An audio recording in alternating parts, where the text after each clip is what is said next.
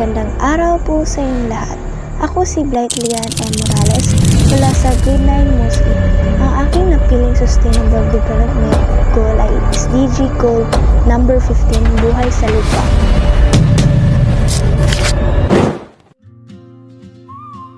Ang SDG 15 ay nakatuon sa pangangalaga sa ating kagubatan, lupa at lahat ng uri ng buhay na matatagpuan dito. Sa kasalukuyan, isa sa mga suliranin sa Pilipinas ay ang patuloy na pagkakalbo ng kagubatan, illegal logging, pagmimina at polusyon. Dahil dito, maraming hayop at halaman ang nawawalan ng tirahan at tumataas ang panganib ng pagbaha at pagguho ng lupa. Sa aming komunidad, mahalagang pangangalagaan ang kalikasan dahil dito nanggagaling ang malinis na hangin, tubig at iba pang likas na yaman na kailangan ng tao. Kapag napabayaan ang ating kapaligiran, maaapektuhan ang kabuhayan, kalusugan at kaligtasan ng bawat mamayan. Ang Sustainable Development Goal number 15, Buhay sa Lupa ay naglalayong protektahan, ibalik at isulong ang wastong paggamit ng mga kagubatan at iba pang likas na yaman. Layunin din itong pangalagaan ang mga hayop at halaman at maiwasan ang pagkasira ng ating mga ekosistema.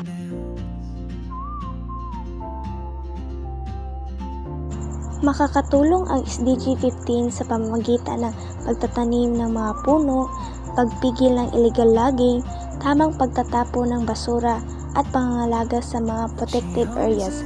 Mahalaga rin ang pagkikiisa ng bawat mamayan sa mga programang pangkalikasan upang mapanatili ang malinis at ligtas na kapaligiran para sa kasalukuyan at sa susunod na henerasyon. Bilang isang estudyante, maaari akong tumulong sa simpleng paraan tulad ng pagtatanim ng puno, pagre-recycle, tamang paghiwalay ng basura, at paghihikayat sa aking pamilya at mga kaibigan na pangangalagaan ang kalikasan. Oh, traveler, you carry the sun in your stride, leaving behind what I hold inside.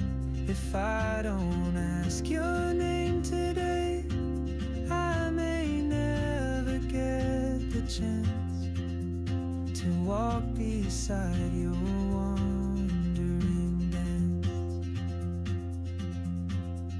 Maybe next year in Madrid or on some quiet mountain ridge, I'll see you turn and I'll be brave. But what if courage comes too late?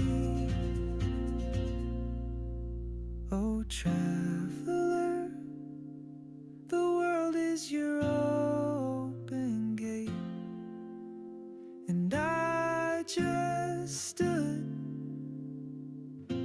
afraid of fate. If I don't take that step today, you'll vanish with the train, and I'll never see your smile again.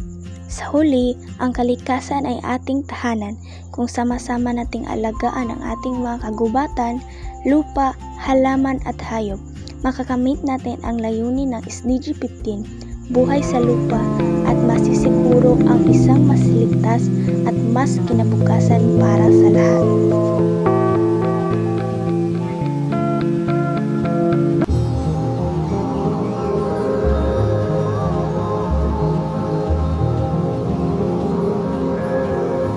Maraming salamat po sa inyong pakikinig.